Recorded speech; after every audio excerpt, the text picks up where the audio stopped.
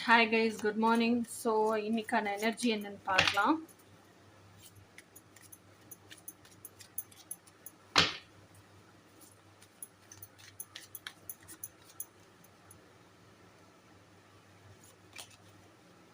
Two of Swords. Two of Swords அப்படிங்கிறது என்னன்னா you're standing in crossroads because of so much of confusion and insecurity. நிறைய doubts இருக்கு, நிறைய insecurity இருக்கு. அதனால கான்ஃபிடன்ஸ் இல்லை. நீங்க எதை பத்தி யோசிக்கிறீங்களோ அதை பத்தின நாலேஜ் இல்லை. அதனால என்ன டெசிஷன் எடுக்கணும்னு தெரியல. இந்த பக்கம் போறதா அந்த பக்கம் போறதான்னு முடிவெடுக்க முடியல. எப்பவுமே முடிவெடுக்கும் போது always choose love. Take decision from the stand of love.